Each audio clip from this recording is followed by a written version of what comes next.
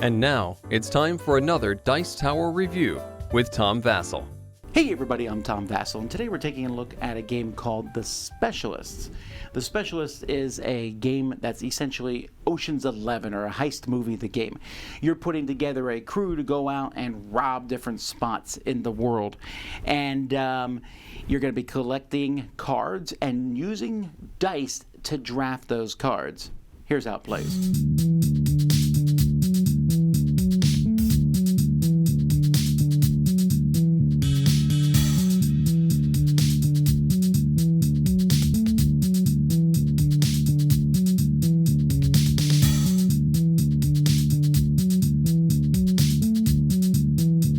This game is all about making cash, and whoever has the most money at the end of the game is going to win.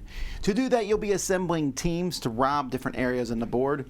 Each of these boards out here, so for example, the purple board here, or the blue board, you can see it's split into 3 cities, Paris, London, and Rome.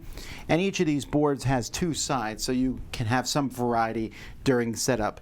Each player is going to get a color. They're going to draft someone initially for their team. That person's going to give you a die that you'll start with. So you have some dice that you're going to start with. You have an equipment supply here. This keeps track of your equipment. And once you do that, the game is going to begin. The game is going to last until someone has completed 7 heists, putting out all 7 of their tokens, or until 12 turns have gone by. And at the end of that, whoever has the most money is the winner. On a player's turn, the first thing they're going to do is they're going to recruit somebody new.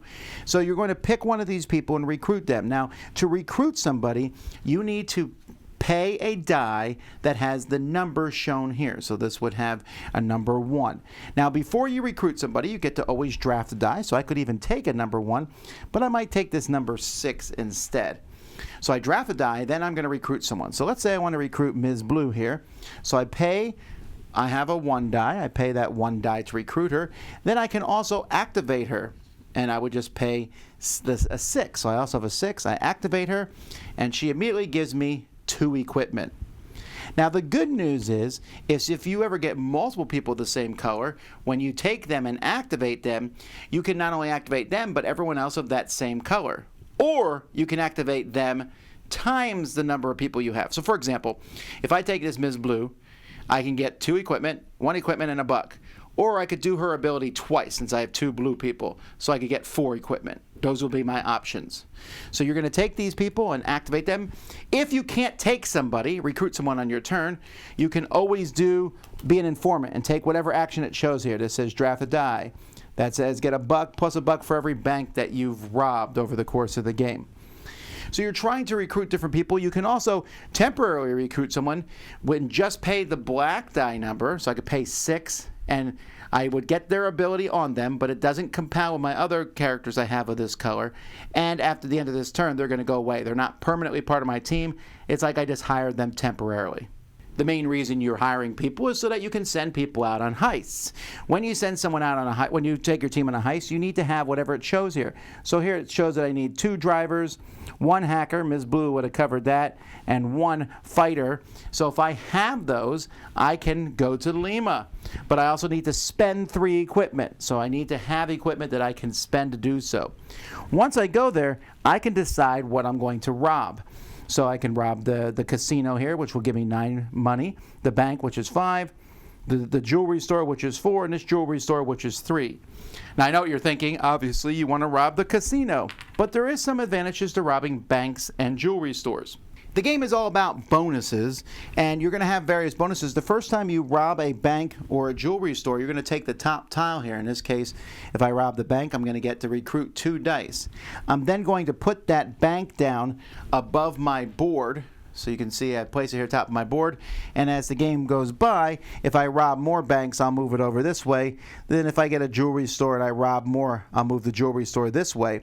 These can give you some bonuses, but also, as you move these tiles, many times there's going to be cards that refer to the number of banks you have, like the informant one here, get a buck for every bank that you have.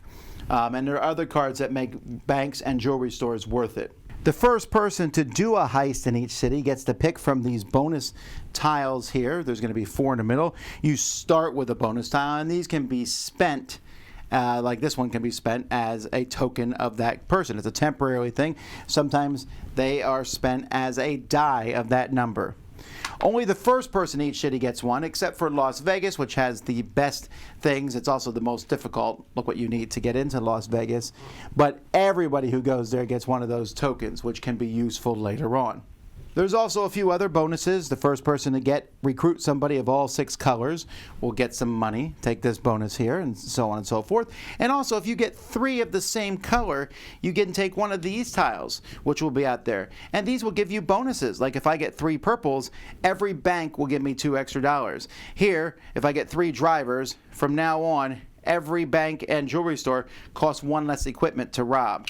And here, every bank costs 2 less equipment to rob. So getting these can be useful, and if you get enough of these, you get a bonus token for having those also.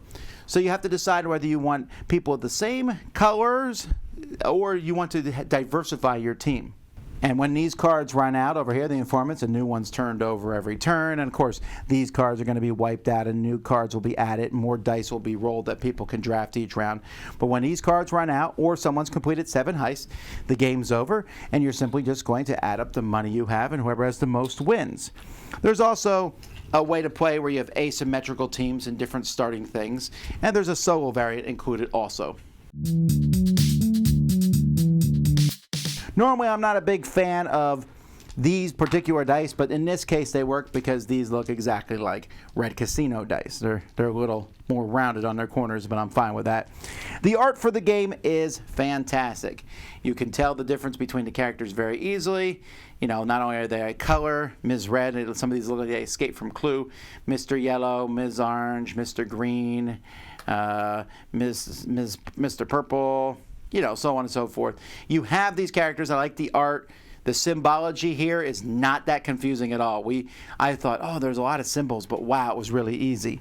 The only thing I might complain about is I found these tokens to be a little tiny, and the money is okay. I mean, I don't hate the money. It's just tokens. They did have some upgrades with the Kickstarter backers where the starting token is replaced with this giant diamond, and there's big giant poker chips. But folks, you don't need these big poker chips. The little chips here work fine. In fact, they almost work a little better because they don't cover up the whole thing like your poker chip does on the board. But really, I'm happy with the components of this game.